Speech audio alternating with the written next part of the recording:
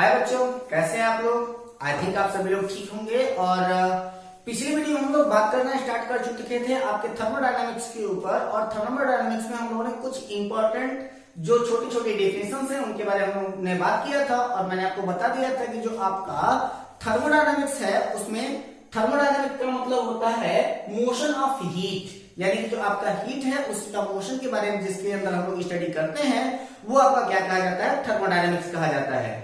उस थर्मोडायनामिक्स में हम लोगों ने बताया था कि इसमें जो आपके सिस्टम होते हैं वो आपके ओपन सिस्टम होते हैं, क्लोज सिस्टम होते हैं, और इसके अलावा हम लोग क्या कहते हैं, आइसोलेटेड सिस्टम के बारे में बात कर चुके थे।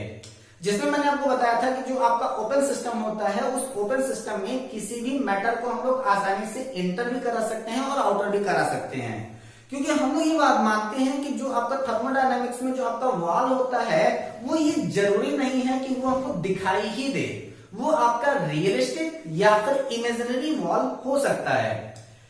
जब हम लोग क्लोज सिस्टम की बात कर रहे थे तो हमने क्या कहा था कि क्लोज सिस्टम में सिर्फ और सिर्फ कंडक्टिंग वॉल्स होती हैं, इसके अलावा और कुछ नहीं होता। यानी कि उसमें हम लोग किसी भी सब्स्टिट्यूट को इंटर नहीं करा सकते हैं, लेकिन उसकी जो वॉल होती है वो आपकी कंडक्टिंग होती है।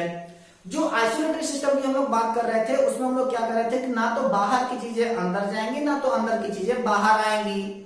वो उसकी जो पूरी की पूरी वॉल बनी है वो आपके बांगर सीमेंट की बनी है, इस सीमेंट में जान है। तो अब वहां पर जो चीजें अंदर से बाहर नहीं आ रही थी तो उसमें टेम्परेचर का भी ज्यादा एक्सचेंज नहीं हो रहा था, जिसके बारे में मैंने आपको बताया था कि आपका थर्मोफ्लास्क जो था वो उसका एक अच्छा एग्जाम्पल मैंने आपको बता दिया था। लेकिन वो कंप्लीटली ट्रू नहीं मान सकते हैं उसको, लेकिन वो ठीक ठाक था। अब हम लोग थोड़ा सा इसके आगे कुछ इंपॉर्टेंट कॉन्सेप्ट के ऊपर बात करते हैं कि आखिर इसमें और क्या क्या है, और ऐसे ही लगातार हम लोग उसको पढ़ते हुए चले जाएंगे। थर्मोडायनामिक्स एक बहुत ही ज्यादा इंटरेस्टिंग चैप्टर है, इसलिए आप कंप्लीट वीडियो को विदाउट स्किप करे पूरा देखा कीजिए। अगर आप पूरा देखते हैं तो ही ये आपका थर्मोडायनामिक्स अच्छी तरीके से आपको समझ में आएगा। अदरवाइज थर्मोडायनामिक्स अच्छे लोगों को परेशान करता है। तो बिल्कुल भी घबराने की जरूरत नहीं है। आपको जितनी भी चीजें बताई जा रही हैं सिर्फ उनको आप सही तरीके से नोट करते जाएं, आपको पूरी थर्मोडायनामिक्स बिल्कुल इजी लगेगी। So let's start.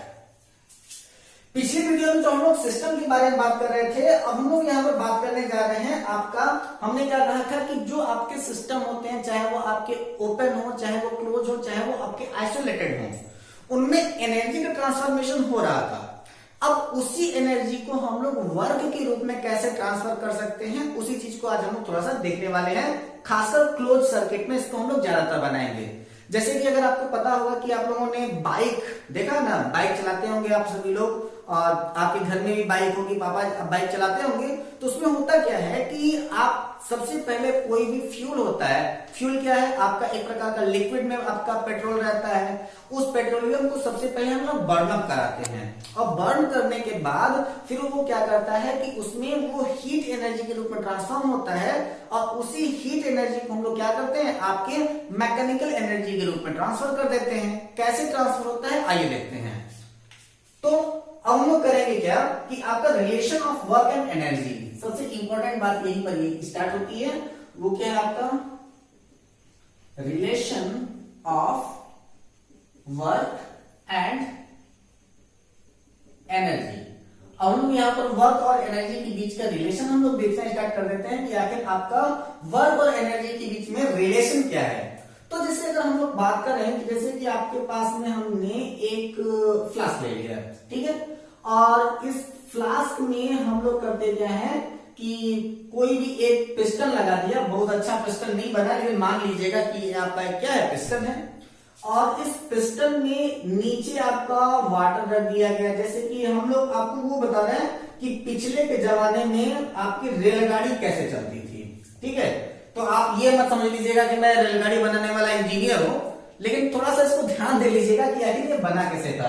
और दूसरी सबसे बड़ी चीज कि जब स्टीम इंजन की खोज किया था तो उसको उस खोज के पीछे आखिर क्या लॉजिक लगाया गया था। तो आपको पता होगा कि यहां पर जो आपका पिस्टन है, इस पिस्टन को मैकेनिकल से जोड़ने के लिए, जैसे कि अब यहां पर आपका ये आपका रेलगाड़ी का अगर ये पहिया है तो इस रेलगाड़ी के पहिए के पास में यहां पर आपका एक रॉड लगा होता था, ठीक है। अब इसके रेड लगने का मतलब क्या है कि अब यहां पर से जैसे ही हम इसको नीचे से हीट देंगे, चाहे अब यहां पर आपका वाटर हो, चाहे वो किसी प्रकार का कंसिस्टेंस हो जो कि आपकी हीट का फॉर्मेशन करे, तो जब ये हीट का फॉर्मेशन करेगा तो ये पिस्टन क्या होगा, ऊपर होगा।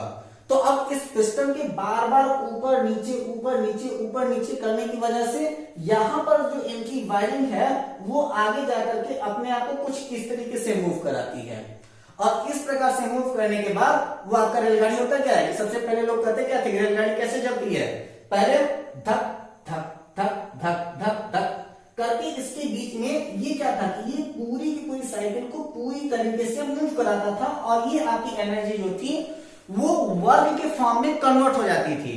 तो अब इसके लिए जो यहाँ पर फार्मूला हम लोग यूज करते हैं तो हम लोग क्या कहते हैं, W is equal to F S cos theta, ठीक है। इसी फार्मूला वर्क को क्या कहते हैं हम लोग, W is equal to F S cos theta कहते हैं। क्लियर है ना, मुझे फिजिक्स भूल गया है, आई थिंक यही आपका फार्मूला होना चाहिए, W is equal to F S cos theta. अब ये आपका कॉस थीटा के अकॉर्डिंग ये बताता है कि कितनी डिस्टेंस ट्रेवल किया गया है, और ये क्या है आपका, अब इसी चीज को हम लोग अगर लिखना चाहें तो ये क्या हो जाता है कि आपका energy can be change, energy can be change as heat और वर्क।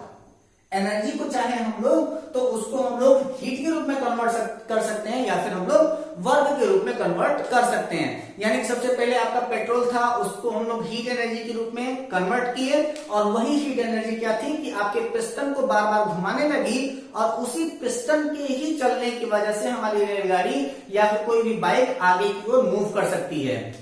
इसी के लिए हम लोग क्या चाहें तो इसी एनर्जी को हम लोग थर्मो केमिस्ट्री में इसको हम लोग यूज कर सकते हैं, यानी कि थर्मोलाइसिस में इसका हम लोग यूज कर सकते हैं, या फिर अगर हम लोग इसी पिस्टन से अगर चाहे तो इलेक्ट्रिकल एनर्जी के ही रूप में ट्रांसफॉर्म कर सकते हैं, मैकेनिकल एनर्जी के रूप में भी ट्रांसफॉर्म कर सकते हैं। तो हम लोग क्या कहते हैं कि एनर्जी को अगर हम लोग चाहें तो वो कन्वर्ट कर सकते हैं आपकी हीट और फिर वर्क में। और इसके लिए सर अल्बर्ट आइंस्टीन बहुत पहले भी कह चुके हैं कि energy can not generate, can not destroyed, it can be change into one phase two another phase. और थर्मोडायनामिक्स का रूल मैंने आपको बताया है कि पूरी की पूरी प्रोसेस कहां से कहां तक गई उसको कोई मतलब नहीं है, उसको सीधे सीधे मतलब है initial stage to final stage. Initial में क्या हुआ, फाइनल में क्या हुआ, वो कहां से कितना जनपद घूम करके आया उससे उसको कोई मतलब नहीं है। सिर्फ मतलब यह है कि उसका स्टार्टिंग कहां पर था और उसकी एंडिंग कहां पर हुई, इसके अलावा वो कुछ और नहीं जानता है। तो अब इसके बारे में हम लोग अगला कॉन्सेप्ट बात करते हैं, और हम लोग क्या कहते हैं कि स्टेट फंक्शन, या फिर इसको हम लोग कहते हैं वेरिएबल। जो आपका स्टेट फंक्शन है उसी को हम लोग वेरिएबल के भी नाम से जानते हैं। तो क्या है आपका स्टेट फंक्शन, या फिर इसी को हम लोग कह देते हैं वेरिएबल। अब इसी स्टेट फंक्शन यानी कि वेरिएबल के ऊपर हम लोग बात करना स्टार्ट करते हैं। तो जो आपका स्टेट फंक्शन है उसमें हम लोग करते क्या है कि जैसे कि अगर सपोज करो कि ये हमारा क्या है, एक प्रकार का परख नली है, ठीक है, और इसको हम लोग करते क्या है, ये आपका कोई एक शीशे का जार है, ठीक है। अब इस शीशे के जार को हमने किया क्या कि अभी मेरे पास मेरे हाथ में है तो ये रूम टेम्परेचर के ऊपर है। अब इस रूम टेम्परेचर से इसको हम लोग किए क्या कि उठा करके हमने डाल दिया उबलती हुई चाय में। आज तो मैं बिल्कुल चाय के पीछे ही पड़ गया हूं, कल से मैं क्या करते हैं कि ये चाय में उबलती हुई डाल दिया, तो चाय 100 डिग्री सेंटीग्रेड टेम्परेचर पर उबल रही थी। तो कुछ ही देर के बाद इसका जो टेम्परेचर होगा वो कितना हो जाएगा आपका 100 डिग्री सेंटीग्रेड हो जाएगा। अब वहां से इसको निकाल करके मैं ले जाकर इसको मैं फ्रिज में रख दूं, तो फ्रिज में रखने पर इसका टेम्परेचर 2 से 3 डिग्री सेंटीग्रेड हो जाएगा, ठीक है। तो अब यहां पर हमारे रूम टेम्परेचर से ये आपका जो फ्रिज में हुआ इसका टेम्परेचर चेंजिंग, हमें बस उतने से मतलब है। ये बीच में वो 100 डिग्री सेंटीग्रेड पहुंचा था कि नहीं पहुंचा था उससे उसको कोई मतलब नहीं है। थर्मोडायनामिक्स कहता है कि I only depended upon the initial stage and the final stage. बीच में क्या हुआ, बढ़ में जाए। तो अब ये हम लोग क्या कहते हैं, स्टेट फंक्शन के वेरिएबल्स के बारे में बात करते हैं। तो ये हम लोग क्या कहते हैं, इसका डेफिनेशन लिख लेते हैं कि मेजरेबल, या फिर अगर हम चाहे तो इसको मेजरेबल की जगह पर अगर हम चाहे तो माइक्रोस्कोपिक भी कह सकते हैं। तो मेजरेबल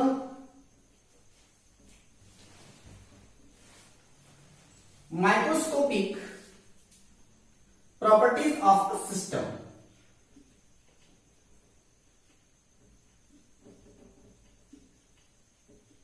ठीक है, तो measurable and microscopic properties of a system is known as state function, या फिर उसको हम लोग क्या कर सकते हैं, वेरिएबल कर सकते हैं। जैसे कि अगर ये आपको लग रहा होगा कि क्या मैं फालतू चीजें लिख रहा हूं, तो इसका एग्जांपल लिख लेते हैं, आपको आसानी से समझ में आ जाएगा। जैसे कि आपका टेम्परेचर, ठीक है, तो ये क्या करता है कि टेम्परेचर को भी हम लोग क्या करते हैं, किसी भी प्रॉपर्टीज के सिस्टम के अकॉर्डिंग हम लोग टेम्परेचर को मेजर कर सकते हैं। और क्या हो सकता है कि पहले आपका टेम्परेचर कुछ और था, बाद में टेम्परेचर कुछ और हो गया। जैसे कि मैंने आपके उसी फ्लास्क के बारे में बताया, पीएच भी आपका चेंज हो सकता है। हो सकता है कि आपका प्राइमरी पीएच मैंने कुछ और लिया और बाद का पीएच कुछ और हो जाए। इसके बाद आपका क्या है, प्रेशर, बहुत सारी चीजें हैं, वॉल्यूम, और क्या हो सकता है आपका मैटर, और क्या हो सकता है आपका इंटरनल एनर्जी हो सकती है, इंटरनल एनर्जी। इन सभी टर्म्स के बारे में हमको डिटेल में बात करनी है। इंटरनल एनर्जी हो गया, इंथैल्पी हो गया। इंथैल्पी का मतलब होता है सीधे सीधे फॉर्म ऑफ हीट, यानी कि changing form of heat is known as enthalpy. तो उसके में ज्यादा दिक्कत नहीं होगी आपको। तो क्या हो जाएगा आपका, एंथैल्पी हो गया, और क्या होगा, एंट्रोपी हो गया, etc। तो हम लोग को इंटरनल एनर्जी, एंथैल्पी और एंट्रोपी वगैरह के बारे में डिटेल में डिस्कशन करना है। तो हम लोग ये कह सकते हैं कि स्टार्टिंग में उनका फंक्शन ऑफ सिस्टम कुछ और था, बाद में उनका फंक्शन ऑफ सिस्टम अगर कुछ और हो जाता है तो वही होता है आपका स्टेट फंक्शन। जैसे कि टेम्परेचर स्टार्टिंग में कुछ और था, बाद में उसका टेम्परेचर कुछ और हो जाए, पीएच स्टार्टिंग में कुछ और था, बाद में कुछ और हो जाए, प्रेशर, वॉल्यूम सब बढ़ सकता है ना। जैसे कि मैंने क्या किया कि आपके पास एक बीकर है, उस बीकर में आपका मैंने वाटर रखा हुआ है।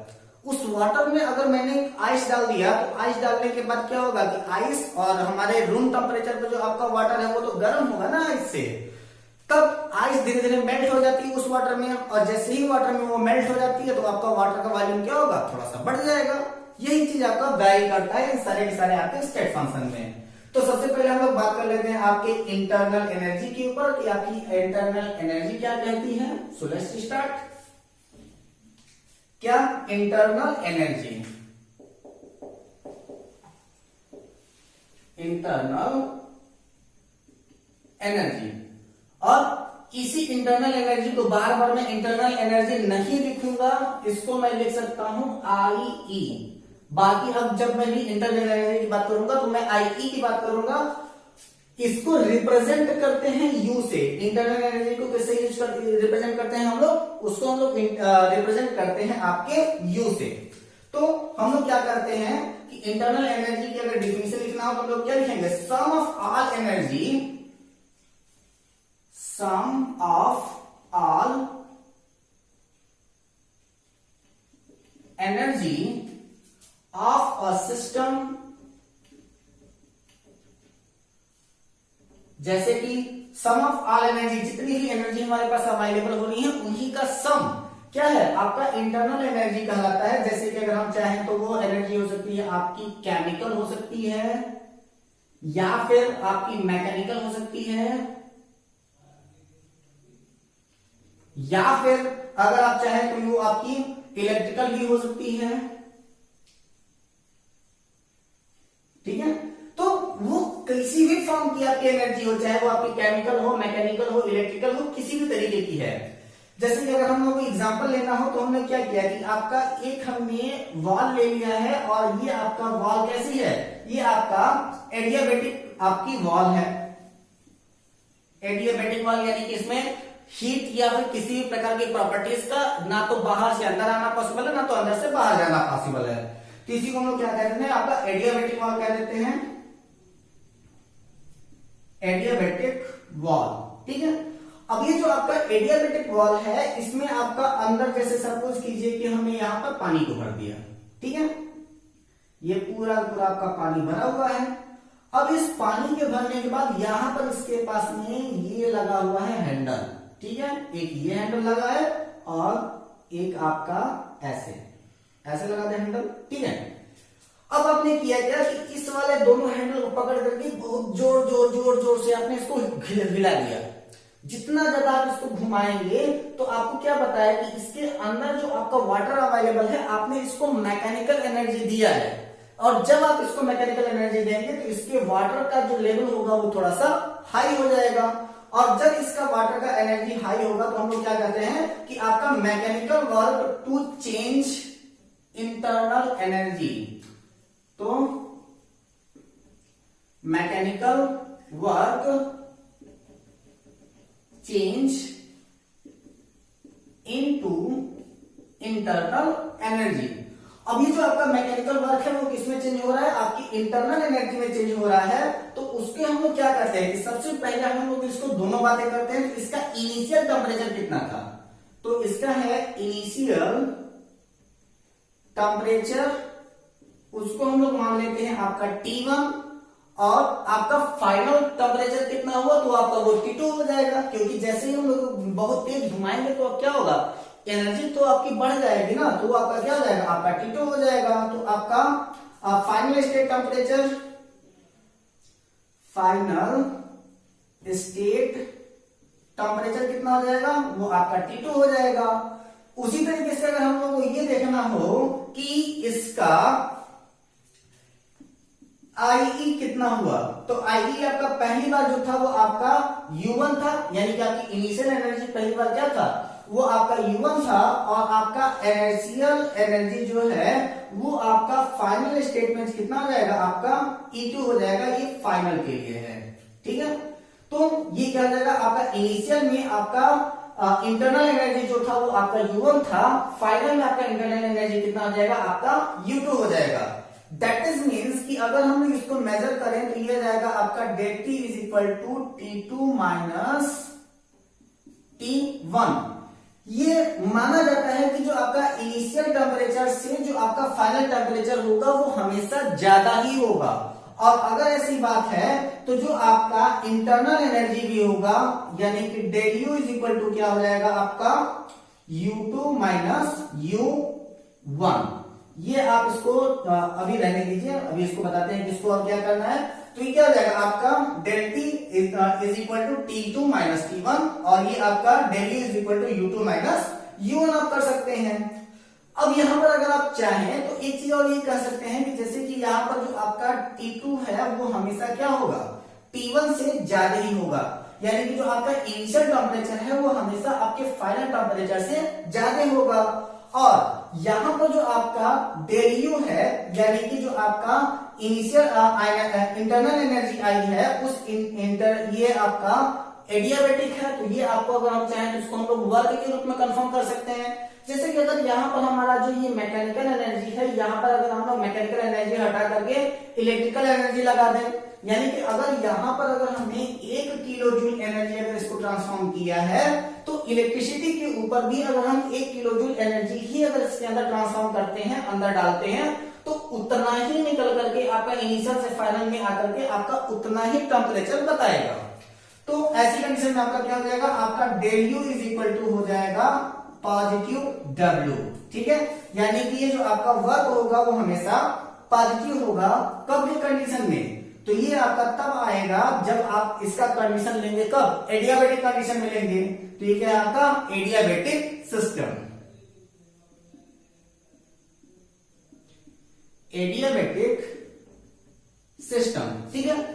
तो del U is equal to positive W जो है वो आपके एडियाबेटिक सिस्टम में है। इसको अगर आप यहां पर चाहें तो इक्वेशन नंबर 1 मान सकते हैं। अब दूसरी बात अगर यहां पर हम लोग करते हैं क्या है कि यहां पर अगर हम क्लोज सिस्टम ले लें, बेटा बेस कौन क्लोज सिस्टम की बात कर रहे हैं,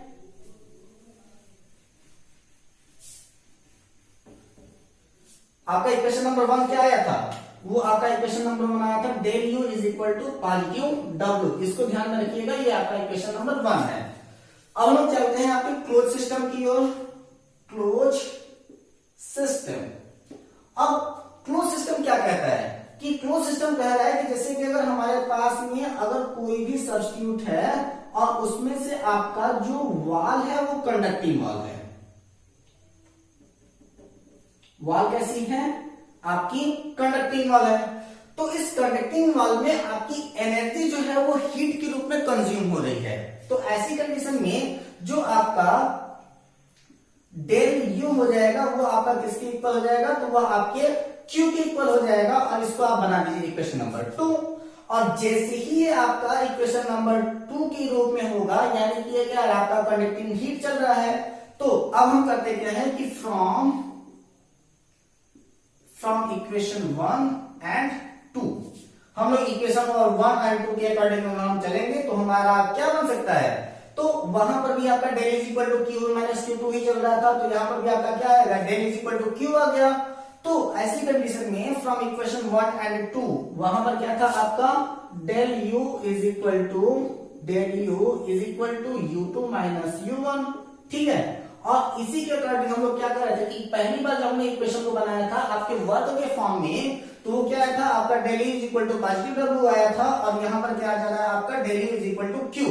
अब इन्हीं दोनों इक्वेशन को अगर हम एक साथ मिलाना चाहें तो ये आपका क्या बन जाएगा, आपका del u is equal to q plus w। और यही है आपका first law of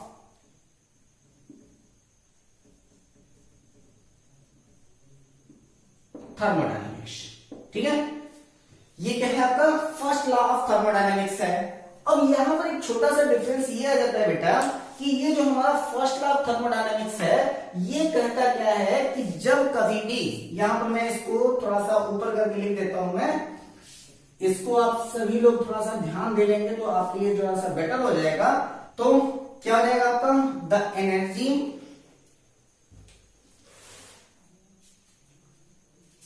of an isolated system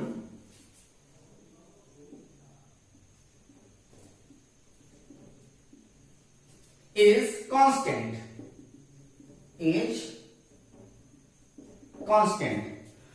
यही आपका जो फर्स्ट लॉ ऑफ थर्मोडायनेमिक्स है वो डिफरेंस करता है आपके फिजिक्स एंड केमिस्ट्री में। एक्चुअली वहां पर क्या है कि जब आप फिजिक्स की बात करते हो तो फिजिक्स में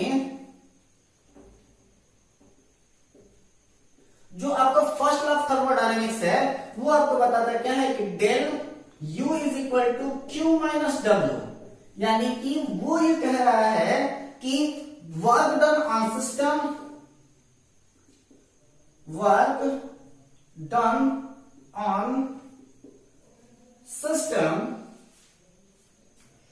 इज ऑलवेज पॉजिटिव। ये कहती है आपकी केमिस्ट्री कहती है कि जब कभी भी अगर हम लोग वर्क कर रहे हैं किसी भी सिस्टम पर तो उसका वर्क जो डन होता है वो हमेशा पॉजिटिव होता है। और फिजिक्स क्या कहता है, फिजिक्स कहता है वर्क डन ऑन